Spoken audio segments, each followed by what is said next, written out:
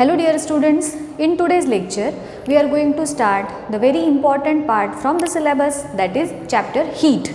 Students, before starting with the chapter, let us revise or let us understand two very important concepts which are related to this chapter, and that is heat and temperature. बघा, heat आणि temperature, ज्याला आपण heat म्हणजे उष्णता म्हणतो, temperature ज्याला आपण तापमान असं म्हणतो. आता बघायला गेलं तर बरेचदा आपण सेम अर्थानं वापरल्या जातात असं आपल्याला वाटतं, पण हीट आणि टेम्परेचर ह्या दोन टोटली डिफरंट कन्सेप्ट आहेत, but yes they are inter related with each other. मग आता हीट किंवा उष्णता याला आपण कधी हीट असं कन्सेप्ट ही यूज करतो, तर जेव्हा आपण एखाद्या ऑब्जेक्टमध्ये असणारी अमाऊंट ऑफ एनर्जी वेगवेगळ्या फॉर्ममध्ये असते ना, सो त्यापैकी ही एनर्जी हीटच्या स्वरूपात असते. म्हणजे जेव्हा आपण एखादं ऑब्जेक्ट गरम आहे की गार आहे असं जेव्हा सांगतो, तर तेव्हा आपण त्या ऑब्जेक्टमध्ये असणारे हीट एनर्जीचं अमाऊंट सांगत असतो. सो हीट म्हणजे आपण काय म्हणूयात की it is the amount of energy. Heat आणि टेम्परेचर हे दोन डिफरन्स आपण आज बघूयात पहिल्यांदा, कारण ह्या चॅप्टरमध्ये आपल्याला खूप ठिकाणी हीट टेम्परेचर ह्या कन्सेप्ट्स येणार आहेत. मग ते आधी क्लिअर असणं तुमच्या माइंडमध्ये खूप गरजेचं आहे, आणि म्हणून आपण ही रिव्हिजन घेऊया. आता हीट म्हणजे काय तुम्हाला सांगितलं, it is nothing but the amount of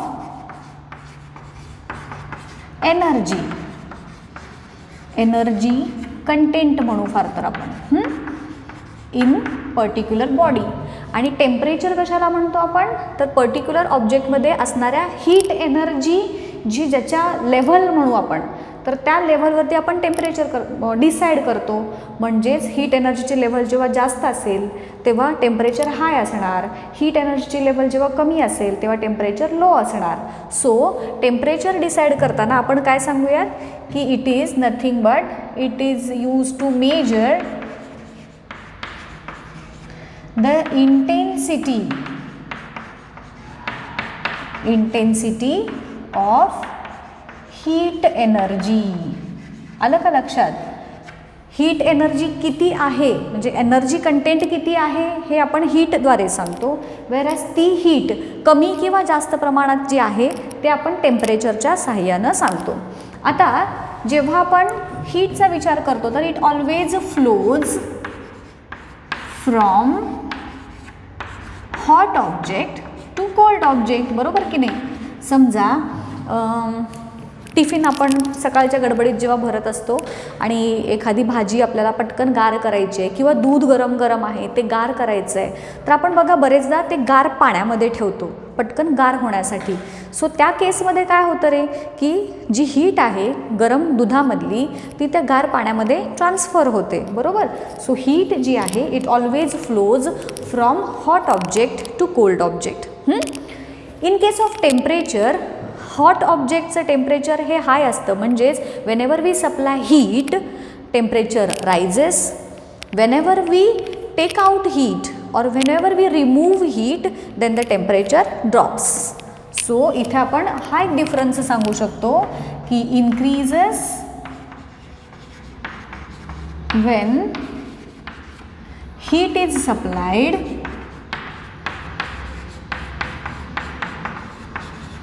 and decreases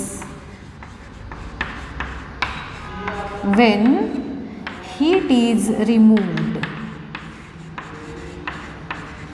okay ना, हे जे हीट एनर्जी आहे तिचं युनिट हीट आहे आपण जूल या युनिटमध्ये मोजतो.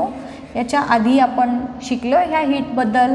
आणि टेम्परेचर आपण कशामध्ये मोजतो रे, टेम्परेचरचं युनिट आहे आपण 3 वेगवेगळ्या युनिट्समध्ये टेम्परेचर मोजतो, आयदर केल्व्हिन किंवा डिग्री सेल्सिअस किंवा फॅरेनहाईट, बरोबर. ह्याचं कन्व्हर्जन आपण 8th स्टँडर्डमध्ये शिकलो. ह्या प्रत्येकाचं कन्व्हर्जन वेगवेगळ्या रेंजमध्ये कसं करायचं ते. सो हीटचं युनिट जूल, टेम्परेचरचं युनिट केल्व्हिन किंवा डिग्री सेल्सिअस किंवा फॅरेनहाईट. आता ज्या इन्स्ट्रुमेंटचा यूज करून आपण हीट कॅल्क्युलेट करतो तर त्याला म्हणतात कॅलरीमीटर. कॅलरीमीटरचा यूज करून आपण एखाद्या सबस्टन्सची हीट मोजू शकतो. वेअरॅज टेम्परेचर मोजण्यासाठी आपण जे इन्स्ट्रुमेंट यूज करतो त्याला काय म्हणतात? Yes, it is called as thermometer. Right. आता हीटचा जे सिम्बॉल आहे Q, या सिम्बॉलनं आपण हीट डिनोट करतो, व्हेअरॅज टेम्परेचरचं सिम्बॉल T. बेसिकली स्टुडंट्स, हे हीट आणि टेम्परेचर या दोघांच्या मधले बेसिक डिफरन्स झाले. तुम्हाला जे लक्षात ठेवायचं आहे हे तर आहेच आहे, बट मेन त्यांची कन्सेप्ट लक्षात आली का बघा, की हीट म्हणजे पर्टिक्युलर ऑब्जेक्टमध्ये असणाऱ्या एनर्जीचं अमाऊंट, आणि ती एनर्जी कमी किंवा जास्त आहे हे आपण टेम्परेचरच्या साहाय्यानं मोजतो. हा मेन फरक लक्षात आलं का बघा. म्हणजेच हीट मोजण्यासाठी आपण टेम्परेचरचा यूज करतो. हे झालं हीट आणि टेम्परेचर यांच्यामधला डिफरन्स. आता तुमच्या टेक्स्टबुकमध्ये वेज ऑफ हीट ट्रान्सफर असा एक पार्ट दिलेला आहे बघा. देर आर डिफरंट वेज की ज्याच्या थ्रू हीट एका ऑब्जेक्टकडून दुसऱ्या ऑब्जेक्टकडे ट्रान्सफर होते. ते 3 वेज आपण इथे बघतोय. त्यातला सगळ्यात पहिला वे आहे तो कंडक्शन. खूप इम्पॉर्टंट आहे बघा स्टुडंट्स. कंडक्शन म्हणजे काय म्हणतो आपण, की एखाद्या सबस्टन्सकडून दुसऱ्या सबस्टन्सकडे हीट ट्रान्सफर होणे थ्रू फिजिकल कॉन्टॅक्ट. जसं मी तुम्हाला आत्ता गरम दूध गार पाण्यात ठेवल्यानंतर जी प्रोसेस होते त्याला आपण कंडक्शन म्हणू शकतो. म्हणजेच काय होतं एक्झॅक्टली त्याच्यामध्ये, ते जे गरम दूध आहे त्या गरम दुधामधली हीट गार पाण्यामध्ये ट्रान्सफर होते, आणि गार पाण्यामधली जे कोल्डनेस आहे तो त्याच्यामुळं आपलं गरम असलेलं दूध गार होतं. म्हणजेच हीट एकमेकांच्यामध्ये एक्सचेंज झाली. कशामुळे? तर ते 2 ऑब्जेक्ट्स एकमेकांच्या डायरेक्ट कॉन्टॅक्टमध्ये ठेवल्यामुळं.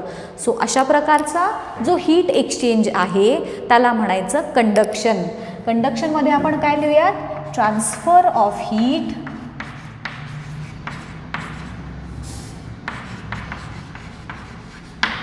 Through physical contact with each other. 2 वस्तू एकमेकांच्या कॉन्टॅक्टमध्ये ठेवल्यानंतर त्यांच्यामध्ये जे हीट ट्रान्सफर होते त्याला म्हणायचं कंडक्शन. दुसरा प्रकार आहे कन्व्हेक्शन. आता कन्व्हेक्शन म्हणजे काय बघा, गाडीमध्ये आपले जे 4 व्हीलर्स असतात तर त्याच्यामध्ये तुम्ही बघितलं आहे का रे, की वॉटरचं एक छोटंसं कंटेनर असतो त्याच्यामध्ये. त्या गाडीचं इंजिन जेव्हा खूप गरम होतं तर तेव्हा ते वॉटर जे आहे ते इंजिन गार करण्यासाठी यूज केलं जातं, कूलंट म्हणून. सो त्या प्रकारचं जे हीट ट्रान्सफर आहे, म्हणजेच एखादा सबस्टन्स जो फ्लोईंग सबस्टन्स आहे त्याच्यामुळे दुसऱ्या सबस्टन्सची हीट रेग्युलेट आपण जिथं करतो तर त्या पद्धतीला म्हणायचं convection. The transfer of heat और transfer due to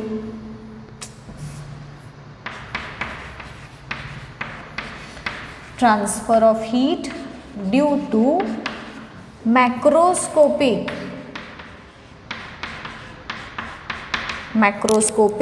movement of fluid.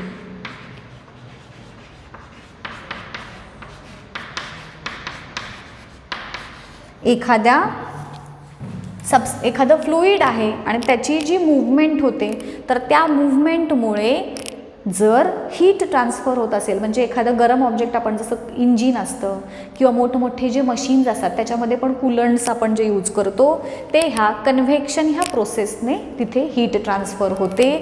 For example इथे कंडक्शनचं एक्झाम्पल मी तुम्हाला काय सांगितलं, की हॉट मिल्क किंवा ठीक आहे म्हणा हॉट मिल्क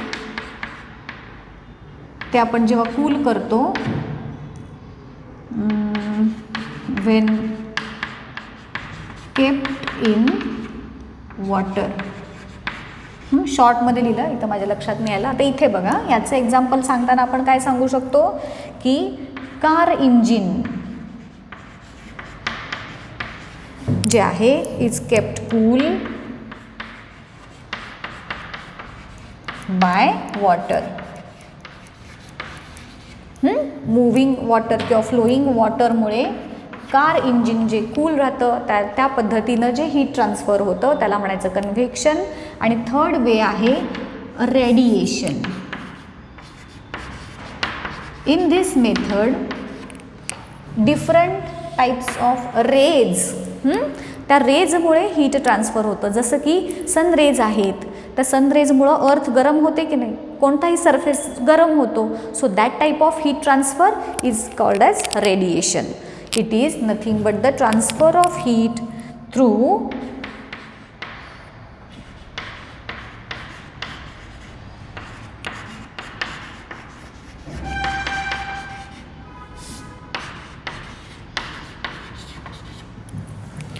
electromagnetic energy.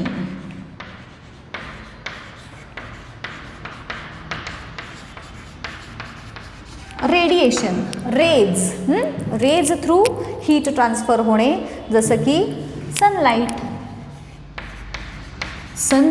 किंवा सन रेज आपण म्हणू शकतो. त्याच्यामुळे जे ऑब्जेक्ट्स गरम होतात ना, वेव्ज असतात, रेज असतात, तर त्या पद्धतीला म्हणायचं रेडिएशन. कोणत्याही प्रकारच्या रेजचा यूज करून त्यांच्या थ्रू हीट ट्रान्सफरची प्रोसेस त्याला म्हणायचं radiation. So these are 3 different ways. हे 3 मार्क्ससाठी तुम्हाला विचारलं जातं. हीट आणि टेम्परेचरमधला डिफरन्स जरी सपोज नाही विचारला, पण तो येणं हे गरजेचं आहे पुढच्या चॅप्टरच्या कन्सेप्ट्स आपल्याला क्लिअर करण्यासाठी. सो ह्या 2 बेसिक गोष्टी आज आपण बघितल्या. आजच्या लेक्चरमध्ये आपण इथंच थांबणार आहोत. नेक्स्ट लेक्चरमध्ये चॅप्टरमधली जी फर्स्ट कन्सेप्ट आहे लॅटेंट हीट, ती काय आहे आपण बघणार आहोत.